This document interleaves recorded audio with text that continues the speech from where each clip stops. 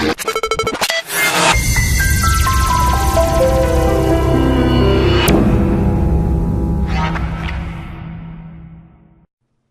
1 2. Dub Turbo 2.0 is here. Well, not really. It's a tease video. I'm on my last pass back with the programmer. Once I pass this back to him with the final few little bugs, it's coming, and it's being released. 2.0 is going to pop off, and we've overhauled it. Had a lot of complaints, feedback, good stuff, bad stuff, and we've tried to accommodate everybody with this update. I think we've done a great job. What started out 2 years ago as a little project internally has turned into quite the controversial, top-level broadcast quality beatmaker. And in the interim, I'm going to take a moment here while you guys absorb this visually. I love it, the way it's turned out. All three panels have been overhauled from top to bottom. I'm going to talk a little bit about the beatmaker itself and the project itself. A lot of the bigger producers in the world and a lot of the bigger software, I won't say the software, but the producers and the users out there, we get a lot of hate for this software. So let's talk about that for a second. Why do we get a lot of hate? We get called the Fisher-Price beatmaker, or we get called the My First Beatmaker. Why is that? We aren't the most sophisticated, biggest DAW, and we don't discriminate. I personally have a huge studio. In fact, here's a picture of what I'm sitting in right now. On top of having Dub Turbo, I produce big, and I do stuff for audio, video, TV, film, make straight out beats for artists, for background music, for commercials. I score a little bit. I do video game treatments a little bit. I do sound kits every other day. So I'm always producing audio. And let me tell you guys, the bigger producers, that give us a lot of hate. Sure, it's not the huge DAW that you're used to. However, A, look at the price point. B, look at the huge gap there is for beginner to intermediate producers. Look at all the stuff a newbie has to get. From a powerful machine, to a DAW, to VSTs, to a MIDI controller, to MIDI in and out wires, to earphones, to monitors, to audio and video. Sorry, audio monitors and then screen monitors. Sound kits. Anyway, what I'm trying to get at is it's a lot of gear and it's a lot of commitment and it's a big learning curve. So this eliminates all that for one. And like I said, we don't discriminate. I love my Fruity Loops. I love my Cubase. I love my Logic Audio, or used to when I had my Mac. Love my Pro Tools when I played with it a few times. And it's all kind of the same. It's all sequencing at different levels. So this A acts as an amazing catapult into any of the other bigger DAWs once you get past the basics. And B, for the price point, the sequencer itself, aside even, the sound kits are up to 2,400, if not a few more, 25 maybe. 100, 2,400, custom made. Over 95% of them are made right here in the studio. Samples, sound kits, voxes, effects, stereo imaging like crazy. We worked on these kits just mad. We worked on these kits probably the most out of this whole project has been the actual kit work. And then the revision process and the software has been a 2-year in the making, very expensive, very frustrating process. And we've capped technology. So my programmer is trying to, constantly be on the bleeding edge of that technology. And we keep capping it and having to wait for technology to catch up. So the older machines, yeah, they'll still freeze here and there. If you don't have a good sound card, they might catch up on you here and there. But we're also constantly trying to work out things on this end on what technology does enable us to do so we can stay ahead. So for this project, this version of the project, we've accommodated a lot of things from performance to a lot of the bugs and few issues the users were having with the software itself. We've expanded it tremendously in the SoundKit section, the audio engine capabilities. We can copy and paste bars vertically or in groups now, so you can extend your track and make it big really quick. Just a lot of stuff has happened in version 2.0, so we'll go over all those changes right now. I'm going to do what I usually do. This won't be an instructional video, mind you. It'll just be like I'm going to build another beat and show you guys what we've done in version 2.0 to improve on it. And what I'll do is build that beat. Here, let's start right now. I'll build that beat at a high BPM, so it's really working my machine. Let's say 180. You'll notice before, when I went in here and pressed any of the buttons, it would trigger the samples. So not a huge bug, but we managed to fix that, get that out of the way.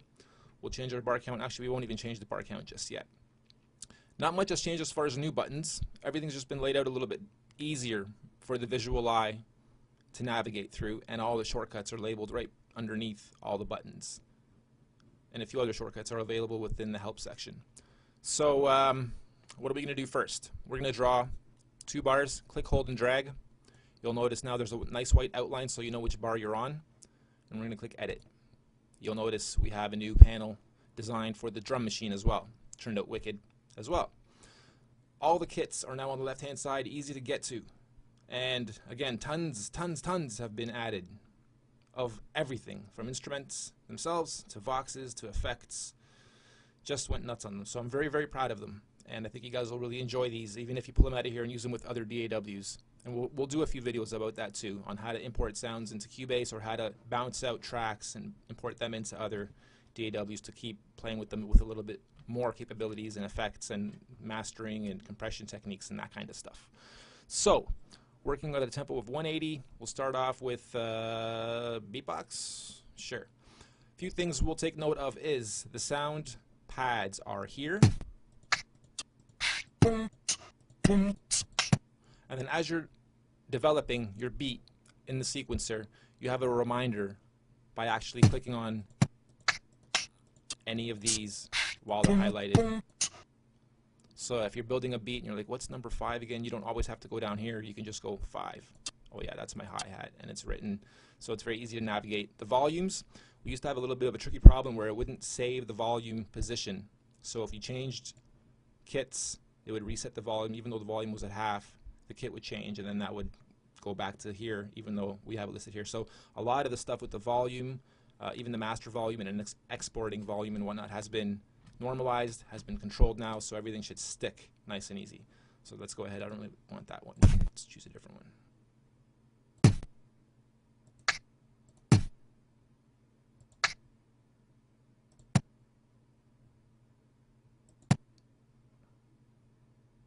Okay, so just a nice and simple pattern I'll start off with.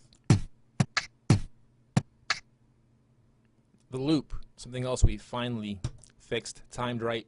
No matter what tempo you're at, it'll loop pretty much perfectly for you guys now. That wasn't really a big issue for us, by the way, because this isn't a looper. Even though I know for beat making it's silly not to have the loop working properly, but this isn't a simple looper. You grow the bar counts out, you start making your beat, you're not really worried about the first 2 bars or 1 bar looping properly or not. However, nonetheless, it'll finally loop properly. So even while it's doing its thing, we can keep developing and building on it now while it's playing.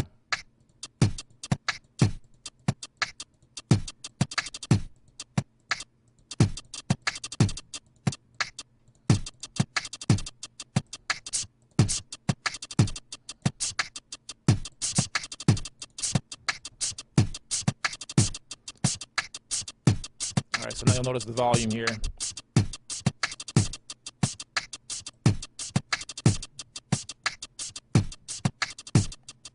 That'll now stick, even if we change up. In fact, that's another thing we fixed, is while you're changing up the kits, it won't stop.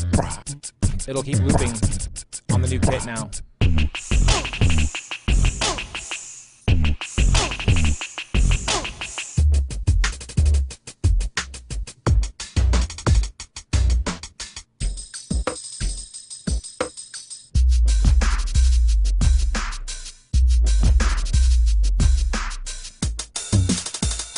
Okay, the only thing is it'll loop once it's done its current loop, and then on the next loop around, that's when the new selected kit kicks in. All right, that's about it for this. The metronome is simple, on and off here. It's pretty much universal. Changing the tempo is done anywhere you want in the app. It's universal too. Nothing else has changed in the buttons. Something else we've done here in the actual grid is you can't draw more than 1 sound on top of itself. We used to have a problem where you could draw unlimited amounts of kicks over themselves, and they would double, triple, quadruple in volume too, so it would throw your whole beat off and you weren't sure where or why. There's a certain kick or a snare or a hi-hat going blowing your speakers, and you're not sure why, because there's 18 little hi-hats in there. Somehow you didn't realize you have a bunch of them. Alright, anyway, so that's fixed too. We'll get out of here. Something else I've really wanted my programmer to do is to let you guys copy these bars vertically. So typically I'd have to go in here, draw another bar, go in there and start building my beat again to match that one or to complement it or to contrast it, whatever I want. Now I can simply copy downwards. So now I have that same pattern on layer 2 and on a crunk. So now I have a beatbox and a crunk doing the exact same pattern, just with different kits overlapping. We'll see how it sounds. Not bad. We'll mute them. This is by itself. This is with both.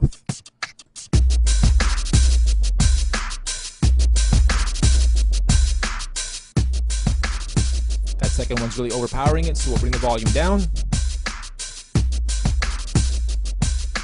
I'm just going to let it play, and I'll build out the beat quickly and show you guys what else we can do with this once we grow at the bar count.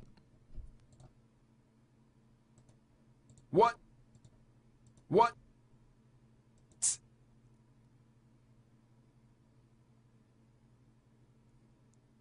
the matter?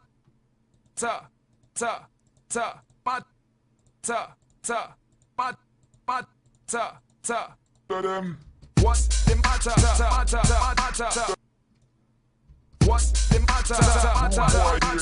What's the matter? What's the matter? What's the matter? Alright, so we have a Vox layer. We'll keep going here. One more drum layer. Doesn't have to be a drum layer per se. And even though it says house or jungle or any of these kits, you apply them to whatever you want. You guys get as creative as you can. These are just naming conventions and grouping, but for the most part, it's just creativity holding you back from coming out with the most explosive, wicked, newest, hottest, freshest, most unique beat that'll have people going crazy. Effects. Some of these I haven't even really tried to explore with too much during beat process making, so I'll just be random here. Kind of like that. It's not bad either. And we'll turn it down a bit. Okay, so we have 4 simple layers, all drum. Now we'll move into the keyboard. Click, hold, drag. Notice how that white border sits around it? I'm going to choose the arrow here. Watch this. I can now select all of the bars at the same time. So now when I grow my bar count, I can copy all those over, and I'll show you how to do that in a moment. But first, let's go make some bass.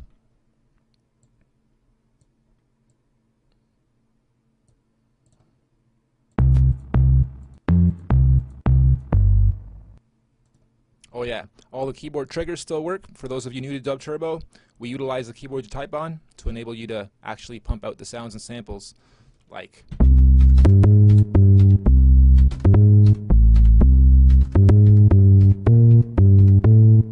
That's me hitting the keyboard, being random with the melody, but you can preview all the sounds by just selecting a sound and then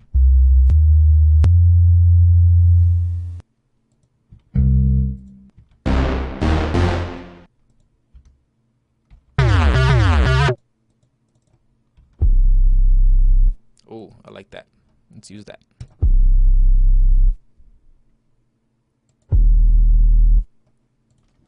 What's the matter?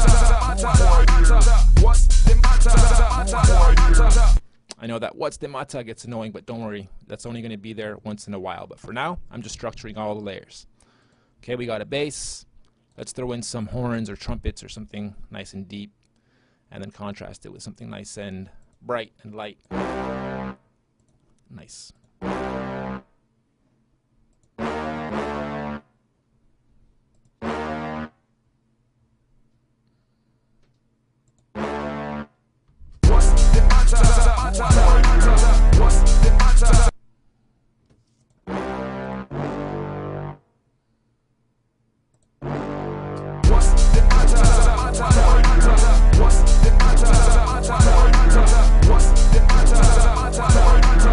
And if we want to change it up, just change it up.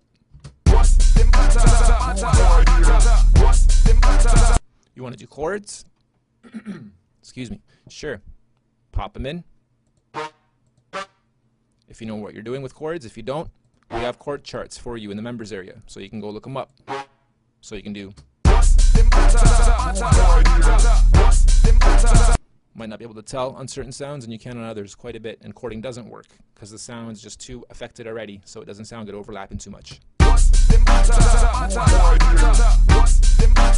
Sounds pretty good on this one. So we'll go back to the first one. I really like that horn. Not that one. That's the one. But we got to get rid of the chords now. See what I was saying? It doesn't always sound proper.